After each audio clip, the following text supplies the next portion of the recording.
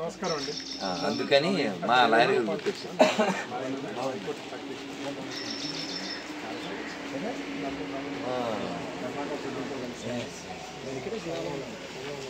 ఇక్కడ కూడా కలిసాం మనం.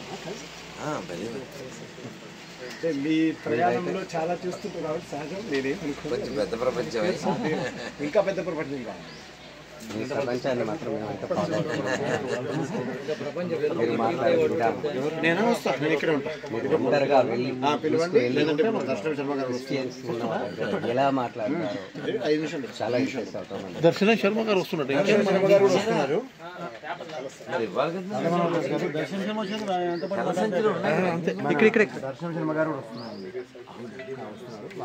మీరు వీరితో కలిసి మాట్లాడారు. రంగారెడ్డి జిల్లా బ్రాహ్మణ సంఘానికి ప్రెసిడెంట్ గారు, జిల్లా సంఘం అధ్యక్షుడు, తర్వాత సృజన గారు కార్యదర్శి గారు, అట్లా వైస్ ప్రెసిడెంట్ గారు, మొత్తం అందరు ఉన్నారు. పాపం మీరు వచ్చినప్పుడు శివాలయం వచ్చేయండి. అయ్యా శివాలయం వచ్చి మిమ్మల్ని శివాలయం అదే ఇందులో నా నెంబర్ ఉంది. ఇక్కడే నాన్న రాకాశ్ కూడా ఏమన్నా ఇది ఏకాశి, అది బోల్డ్ ఉండే తెల్లకవర్లో నేను ఇచ్చినప్పుడు చెప్తాను. ఇది ఏకాశి, అది రాకాశి, మీరు చూడకండి నాకేసి. గొర్రెలు ఆల్రెడీ పోయారు కింద నాకేసి. మీ అన్ని వింటుంటాం యూట్యూబ్లో, అక్కడ ఛానల్లో, మీ అన్ని సోషల్ మీడియాలో మీ అన్ని ఫాలో అవుతుంటాం మేము. మీకు వస్తాను మీ వాట్సాప్లో. వాళ్ళు మన అంటే ఉయ్యూరు వాళ్ళది, ప్రాక్టీస్ అంటే విజయవాడ కోట. నన్ను అందరికి వచ్చింది నన్ను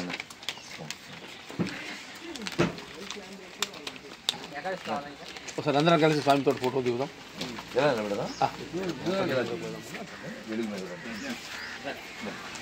అందరికి అన్నీ వచ్చినాయా?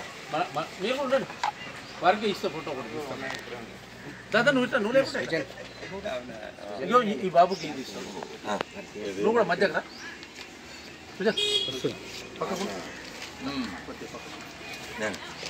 అవునవును. జై శ్రీరామ్. జై శ్రీరామ్. శ్రీరామ్.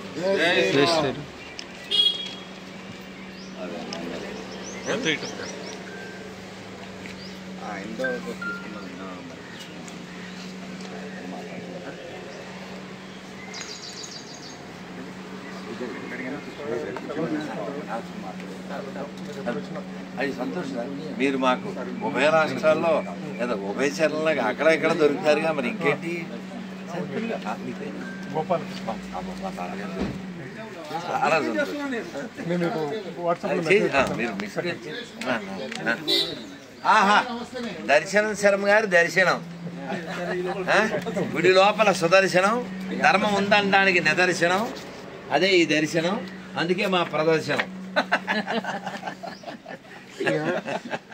దేశ విదేశాలు, కాశీలో నుంచి డైరెక్ట్ ఇక్కడికి, కాశీ నుంచి ఇక్కడికి వస్తున్నా కాదు. శివస్య హృదయం విష్ణు విష్ణు శివ అని చూడండి, విశ్వనాథుడు పంపారు. మనం కెమెరా ఇయ్యండి, మీరు కూడా ఉండండి. కెమెరా ఇట్లా సురేష్ ధీరుడు, సురేష్ ధీరుడు. నేను పొద్దున ఏ ఫోటో లేను, ఫస్ట్ ఫోటో నాది. అందులో ఏ ఒక్క మీడియాకి ఇప్పటిదాకా ఫోటో లేదు నాది. కొద్ది వెనక తీసుకోండి. అందరం నన్ను అందరూ వచ్చిందా? ఇటువైపు కూడా ఈ చివరి వరకు వచ్చేటట్టు.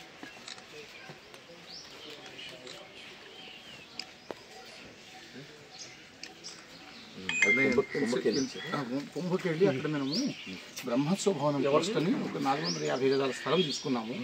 శృంగేరి జగద్గురువులు 8వ తేదీ ఉదయం భీష్మ ఏకాదశి రోజున భూమి పూజ చేశారు. మొన్న అది చేసుకుని వచ్చాం. ఒక 5 అంతస్తుల భవనం కడుతున్నాం కాశీలో. మరి ఎప్పుడు వచ్చినా మేమే అక్కడ ఆవాసము సకల సౌకర్యాలు మేమే కల్పించాలి. మా గురువు గారు వచ్చినప్పుడు ఆనందో బ్రహ్మ ఆనందంగా. మేము కాశీ కాదు, మీ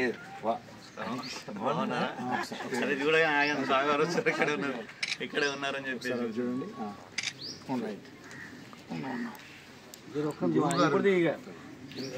మీకు అందం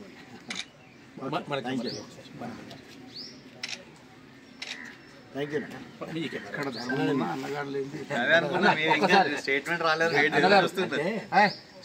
ఒక బట్టి ఉన్నారు అన్నగారు ఒక్కసారి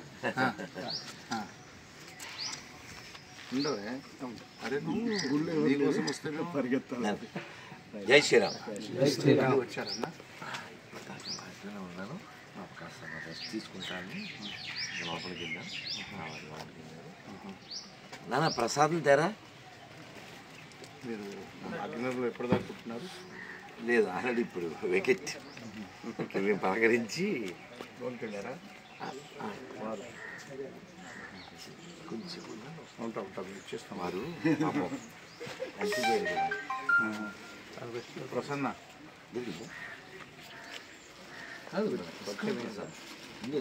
ఇస్కాన్ ప్రసాద్ ఇస్కాన్ ప్రసాద్ గురువుగారు నాన్న మీరు ప్రసన్నాచార్య. అయ్యో మాకు ప్రసాదాచారి. నేను ప్రసాదం వారే పెట్టారు. వారు మంచి జగన్నాథుడి యొక్క శ్రౌత ధర్మాన్ని బాగా విలువ చేస్తున్న ఆచార్యులు. మహబూబ్ నగర్ సీఎంకి దగ్గర వారు. పాలమూరు వారు మనను పాలించువారు.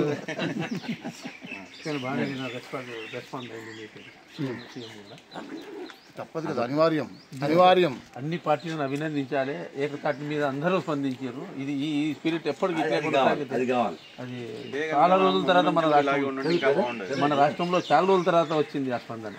మీ దాంట్లో తీశారు ఫోటోలు, ఇప్పుడు ఎవరు తీశారు? మన దాంట్లో జగన్నాథ ప్రసాదం అన్ని పంపిస్తారు.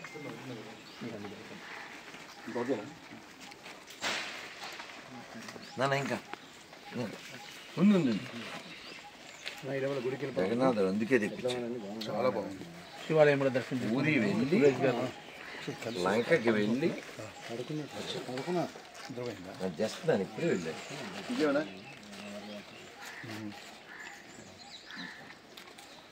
నన్ను ఇంకా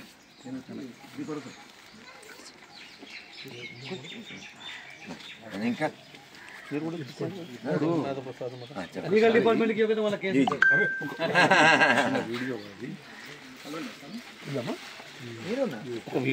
ఎందుకు రేవంత్ రెడ్డి గారు ఎందుకు అంత గట్టిగా స్పందించారు?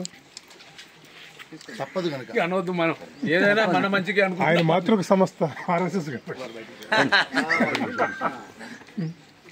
ఇంకా అయిందా?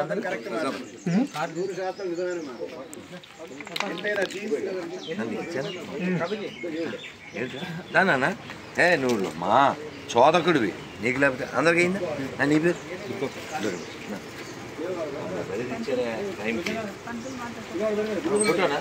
ఎడు తీస్తా తీవుడు అదే బలిదానం అమ్మా మీకంటేనా? మీరు లేకపోతే జగత్తంతా ఏమైపోతుంది? చిత్తు చిత్త అయిపోతుంది.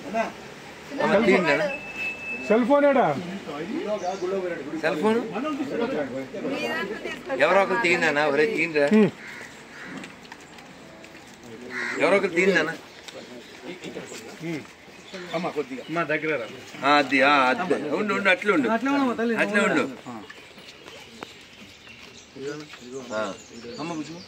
రైట్ తల్లి ఎదురుగుండు సార్. అందరూ ఒకసారి జై శ్రీరామ్. మరి గట్టిగా అనుకున్నాను పడుకుంటూ జనాన్ని నిద్రలేపుతాం మనం కాదు. పరమ పూజ్యులైనటువంటి మన ధర్మ పరిరక్షణ కోసం నిరంతరం తెలుగు వారందరినీ నిత్యం చైతన్యవంతులు చేసే ప్రబోధించే గురుదేవులు రాధామనోహరదాస్ గురువు గారి వాళ్ళ ఈ చిలుకూరు బాలాజీ ప్రధాన అర్చకులైనటువంటి రంగరాజన్ స్వామి వారిని కొంతమంది మూర్ఖపు బృందం, మాఫియా బృందం ఒక హిందూ సంస్థ పేరు మీద విచ్చేసి అవమానించిన సందర్భంగా వారు విచ్చేసి సాంత్వన కలిగించి వారు పరామర్శించి ఇక్కడే కాదు ఎక్కడికైనా తెలియగానే ఏ ధర్మ విషయాలైనా కూడా వారు విచ్చేసి అందరినీ ధర్మ ప్రబోధం చేసేటువంటి పెద్దలు వాళ్ళు ఇక్కడికి కూడా వచ్చారు. గురుగారు మాకు ఒకే ఒక సందేహం ఏమంటే అర్చకులను ఈ రంగరాజన్ గారి ఇన్స్టిట్యూట్ ఒక పరాకాష్ట. బయట కోసం బయట వెయిట్ చేసుకోండి, బయట తీసుకోండి. అందుకని అక్కడి నుంచి బయటికి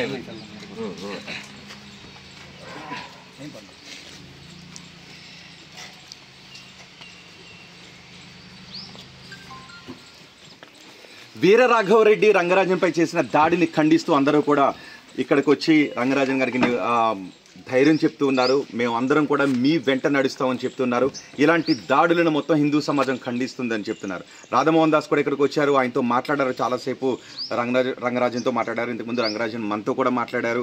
వాళ్ళు చేసిన దురాఘాతం గురించి చెప్పారు. మరో 4 రోజుల్లో నేను అన్ని వివరాలు కూడా పూర్తిగా చెబుతానని చెప్తున్నారు. మంత్రులు కూడా ఇక్కడికి వస్తున్నారు. ముఖ్యమంత్రి కూడా రంగరాజన్కి ఫోన్ చేసి ధైర్యం చెప్పారు. మీరు ముందే చెప్పుకుని ఉండాల్సింది ఇలా జరుగుతుందని ముఖ్యమంత్రి కూడా మాట్లాడి చెప్పారు. సో ఇప్పుడు మొత్తం హిందూ సమాజం అంతా కూడా ఇలాంటి దాడులను ఖండించాలని చెప్తుంది. ఒకసారి రాధామోహన్ దాస్తో మాట్లాడదాం. రాధామోహన్ దాస్ గారు నమస్తే. ఎలా చూడాలి ఈ దాడిని? ఇది ఒక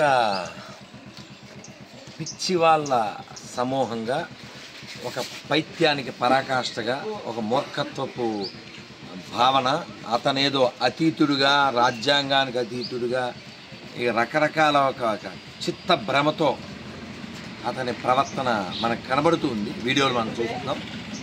గతంలో కూడా అతనివి కలవడము, చూడటము మనకు జరిగినప్పటికీ ఇది మాత్రం చాలా నీచాతి నీచము, అమానవీయము, శోచనీయం, ఖండనీయం, దండనీయం. ఇలాంటివి మరోసారి జరగనీయం. అసలు ఏంటి ఆ వీడియోస్లో అతను అహంకారం అది చూస్తుంటే నేను రాముడు భక్తుని అంటాడు. రాముడు తల్లిదండ్రులను గౌరవించు, గురువుని గౌరవించు, పెద్దలను గౌరవించు అని చెప్పారు. వీనేమో వచ్చి ఆయన్ని అంత అవమానకరంగా ఏం చేశారో మనం చూసారు. మన నోటితో పలకాలంటే ఇబ్బంది. ఏంటి అది ఎలా చూడాలి? లేదు, ఇప్పుడు లంకలో మొత్తం లంకలో ఒక్క విభీషణుడు భాగవతోత్తముడు. అది అరుదు. కానీ ఇది రాముడు పుట్టిన నేల. సో ఇలాంటి వాళ్ళు అంటే రావణాసురుడు సీతాదేవిని ఎత్తుకెళ్ళడానికి ఎలా వచ్చాడు? ఏ వేషంలో వచ్చాడు? ఋషి వేషంలో వచ్చాడు.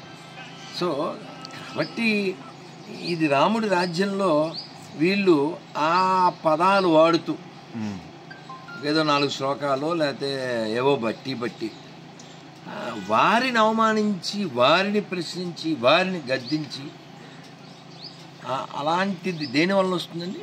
పైత్యం వల్ల వస్తుంది. కాబట్టి ఈ పైత్యానికి అంతం పలకాలి. మాకు ప్రభుత్వం మీద నమ్మకం ఉంది, వ్యవస్థల మీద నమ్మకం ఉంది. అలా జరగబోతుందని మేము ఆశిస్తున్నాం. ఖచ్చితంగా అందరూ ఖండిస్తున్నారు. ఈ దాడి అతను రాముడి పేరు చెప్పి రాక్షసంగా ప్రవర్తించినా ఇది సనాతన ధర్మం మీద జరిగిన దాడి అని చెప్తున్నారు. వ్యక్తి మీద దాడి కాదండి. మళ్ళీ స్పష్టంగా చెప్తాం, ఇది రంగరాజన్ గారిని ఒక్కరినే దాడి చేశారనేది కాదు. ఇది ధర్మంపై దాడి, సనాతన ధర్మంపై దాడి. అర్చక పురోహితులు అనేటువంటి వారు తలకాయ కాబట్టి తలకాయని ఏమన్నా చేస్తే మిగిలిన వ్యవస్థ పాడవుతుంది. పాడు చేయడం ఈజీ అన్నట్టు. అంటే వెనకాల వాళ్ళ ఇంటెన్షన్ మనకు తెలియదు. కానీ ఇదైతే ఖచ్చితంగా హిందూ ధర్మంపై దాడి. ఇది ఖండిస్తున్నాము. ఇకపైన ఇలాంటి విచ్ఛిన్నకర శక్తులు ఏది వాగకుండా, వారి ఆటలు సాగకుండా, ధర్మం పట్ల నిష్ట కలిగిన వారికి అయిష్టత ఏర్పడకుండా. ఇది దుర్మార్గం కదండి, దుర్మార్గం కదా. ఇది కలియుగం అండి. పూర్వకాలంలో యుద్ధాలు ఒక లోకానికి ఇంకో లోకానికి ఉండే, తర్వాత ఒక రాజ్యానికి ఉండే, తర్వాత కలియుగం కాబట్టి ఒక మనిషి ఇంకో మనిషికి ఉండొచ్చు. Intellectual war can be going on, no problem. But no physical. ఇది రెడిక్యులస్ అండి. ఎవరైనా మనిషి అయిన వాడు ఎవరైనా ఖండించాల్సిందే. ఓకే, హిందూ అన్నవాడు ఖచ్చితంగా ఖండించాలి. ఓకే, మీరు రంగరాజన్తో మాట్లాడారు. ఆయన ఏం చెప్పారు అసలు ఆ దాడి గురించి? అని ఏం మాట్లాడారు? అదే నేను వారిని అడిగింది ఏమిటంటే అసలు ఇక వాళ్ళ ఇంటెన్షన్ ఏంటి? వాళ్ళు ఏవో మాట్లాడారు, చాలా మనం కూడా చూసాం కదా. ఇంకా అంటే మనం ఊహించుకోవడం వేరుండొచ్చు. మనం ఏవో రకరకాల ఊహలో, ఫేస్బుక్లో పోస్టులు, యూట్యూబ్లో ఏవో ఉండొచ్చు. కానీ అతని మాటల్లో ద్యోతకమైనదే వారు చెప్పారు. అతని మాటల్లో చెప్పాడు కదండి, నువ్వు ఏదో వచ్చిన వాళ్ళందరినీ గుర్తుపట్టి అలాంటి వాళ్ళని ఇలాంటి వాళ్ళని సప్లై చేయాలి. అంటే ఏంటి ఇక్ష్వాక వంశం, భరత వంశం అని దేనికి ఏం చేసుకోవాలి మీకు అనిపిస్తుంది? కాదు నాన్న, ఏదో కాళిదాస్ కవిత్వం కొంత, ఆ తర్వాత తెలిసింది అది. కానీ చాలా బాధాకరం కదా ఆయన. దుర్మార్గం నాన్న, అది బాధాకరం, దుర్మార్గం. చాలా హృదయానికి చాలా ఖేదం కలిగించింది. మేము 4 రోజుల నుంచి ఆ బాధ అనుభవిస్తున్నాం. వారితో ఆ రోజు మాట్లాడాం, ఇప్పుడు వచ్చామనుకోండి. కానీ ఎప్పుడైనా నేనేం చెప్తా అంటే, శత్రుపక్షం అయినా, ఉదాహరణ మీకు తెలుసు, నేను ఎలా ఉంటానో ఇతర మతాల విషయంలో, అయినప్పటికీ వారు కూడా నా సాటి భారతీయులు, వారు నా సాటి మనుషులు. మనది సిద్ధాంత వైరుధ్యం కలిగి ఉంటే డిస్కస్ చేయి, నథింగ్ రో. నువ్వు చేతులు కాళ్ళు ఉపయోగిస్తానంటే నీకు బొరలేదని కదా, షుడ్ డిస్కస్. దాని మీద ఏం కావాలో అది ఒక విధానం ఉంది. మీరు ఇప్పుడు అన్నారు కదా, రాముడు పెద్దల్ని పూజ్యుల్ని తల్లిదండ్రులు గౌరవించుకున్నారు. దానికి పక్క ఆపోజిట్లో ఉంటే అంటే రావణాసుడు మాయా వేషంలో వచ్చినటువంటి చెప్పాను, అందుకు ఉదాహరణ. చాలా మంచి ఉదాహరణ చెప్పారు. మీరేమంటారు? గురువుగారు చెప్పినట్టు మారువేషంలో ఉన్న మారీచుడిలాగా ఈ కొంతమంది ఏం చేస్తున్నారంటే కాషాయ వస్త్రాలు ధరించి కాషాయంలో ఒక దీక్ష కలిగినటువంటి యతీశ్వరులాగానే వేషం వేసుకొని హిందూ ధర్మాన్ని నాశనం చేయడానికి కొంతమంది తయారయ్యారు. ఈ మధ్య ఒక జంబూద్వీపం స్వామి అని విన్నాం. అతను కూడా మన పురాణాలను, మన యతి ధర్మాలను, మన సనాతన ధర్మాన్ని పూనీ చేస్తూ ఆశ్రమ ధర్మాలకు విరుద్ధంగా చేస్తున్నాడు. ఖచ్చితంగా ఇది హిందూయేతర సంస్థలు హిందూ మతాన్ని దిగజార్చడం చేస్తున్న కుట్ర. ఇది కూడా అలాగే అనిపిస్తోంది. ఇది ఇంత పైశాచికం. ఏ రామభక్తుడైనా, రాముని సేవించేవాడైనా, రాముడి గుణగణాలు తెలిసిన వాడైనా ఇలాంటి దుర్మార్గాలు చేయరు. రామరాజ్యం అనే పేరు పెట్టుకొని వీళ్ళు కొన్ని హిందూ వ్యతిరేక సంస్థలతో కలిసి మేము రామభక్తులము, రామరాజ్యం చేస్తున్నామని ప్రజల్లో ఒక రకమైనటువంటి సానుభూతిని పొందుతూ సంచలనంగా వాళ్ళు చేయడం కోసం వీరిని ఎంచుకున్నట్టుగా తెలుస్తుంది. ఒక వారం రోజుల క్రితమే మేమంతా ఆలయ ధర్మం కోసం, ఆలయాల్లో అర్చకుల యొక్క సమస్యల కోసం విపులంగా చర్చించాము. వాళ్ళ నాన్నగారు వారైతే దశాబ్దాలుగా ఆలయ వ్యవస్థ కోసం, ఆలయంలో ఉండే ఆగమ శాస్త్రము, సంస్కృతి, సంప్రదాయాల పరిరక్షణ కోసం, చట్ట సవరణ కోసం కృషి చేసిన మహానుభావులు. అటువంటి వ్యక్తి, సమాజానికి ఉపయోగపడే వ్యక్తిని వాళ్ళు కనుక టార్గెట్ చేశారంటే ఖచ్చితంగా హిందూ మతంలో, సనాతన ధర్మంలో, హిందూ ధర్మం కోసం ఎవరైతే పరితపిస్తున్నారో, ఎవరైతే కృషి చేస్తున్నారో వాళ్ళను దెబ్బ కొడితే వాళ్ళ లక్ష్యం నెరవేరుతుంది. ఆ విధంగా సోషల్ మీడియాలో కావచ్చు, జనబాహుళ్యంలో కావచ్చు, సంచలనంగా ఒక్కసారి ఎదిగిపోవాలన్నటువంటి ఒక పైశాచిక మనస్తత్వంతో ఈ ముఠా వచ్చి ఈ పని చేసినట్టుగా అర్థమవుతుంది. మొత్తానికి ప్రజల నుంచి ఊహించని ఒత్తిడి. ఒక రకంగా చెప్పాలంటే హిందువుల్లో ఈ సంఘటన వల్ల మనము అభద్రతా భావంలో ఉన్నాం. అర్చకలోకమంతా కూడా అభద్రతా భావంలోకి వెళుతోంది. రేపు ఏ అర్చకుడి మీద ఎవరు దాడి చేస్తారో తెలియదు. ఒక 5 ఏళ్ల క్రితం వరంగల్లో సత్యనారాయణ శర్మను హత్య చేశారు. ఒక దేవాదాయ శాఖ పరిధిలో కానీ ప్రైవేటు దేవాలయాల్లో అనేక మంది ఆత్మహత్యలు చేసుకుంటూ ఉన్నారు. పాలక మండలిలో సంఘ విద్రోహ శక్తులు చేరి అర్చకులు అనేక మందిని హింసిస్తున్నారు. ఇలాంటి సంఘటనల నేపథ్యంలో అర్చకుడికి భద్రత లేదు, అర్చకుడిని ఏమైనా ఎవరైనా చేయొచ్చు అనడానికి ఈ సంఘటన పరాకాష్ఠగా. వెనక ఇంకేదైనా కుట్ర ఉందంటారా? అతను వీరరాఘవరెడ్డి వెనక్కి ఏమైనా అంటే ఊహలు చెప్పానుగా, పోస్టులు పెట్టడాలు, ఊహలు అలాంటివి చాలా ఉండొచ్చు. కానీ మనం సమయం పడుతుందిగా వాళ్ళు ఇన్వెస్టిగేషన్ చేసి. అంటే ఇందులో ఊహలు అంటే మనకు వచ్చిన ఇది ఏమిటంటే, ఇప్పుడు తమిళనాడులో